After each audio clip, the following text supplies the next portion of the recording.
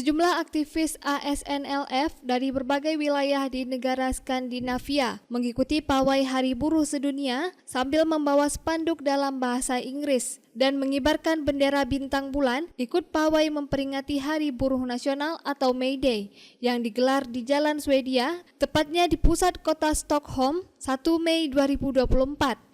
Aktivis pro kemerdekaan yang menamakan diri Aceh Sumatera National Liberation Front ini juga mengusung spanduk yang menolak MOU Helsinki yang menjadi landasan perdamaian antara Gerakan Aceh Merdeka dan Republik Indonesia.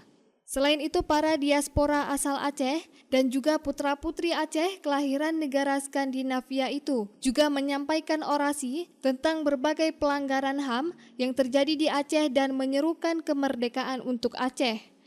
Salah seorang perwakilan ASNLF Denmark, Nasir Usman, yang secara khusus datang ke Swedia untuk ikut berpartisipasi mengambil Hari Buruh Nasional sebagai momen untuk menyuarakan kepentingan Aceh di kancah internasional, mengatakan bahwa ASNLF akan tetap memanfaatkan setiap momen yang ada untuk memperjuangkan kepentingan politik Aceh yang ingin merdeka seperti bangsa lain di dunia ini.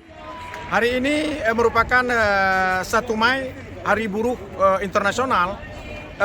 Saya dari Denmark datang ke sini untuk bergabung dengan rekan-rekan lain yang ada di Stockholm untuk menyampaikan aspirasi politik kami untuk kepentingan Aceh merdeka.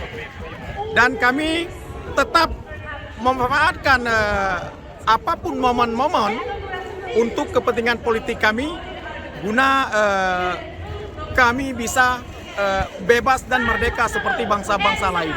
Dan ini terus kami perjuangkan sampai kapan. Dari Stockholm, Swedia, tim liputan melaporkan untuk Puja TV Aceh.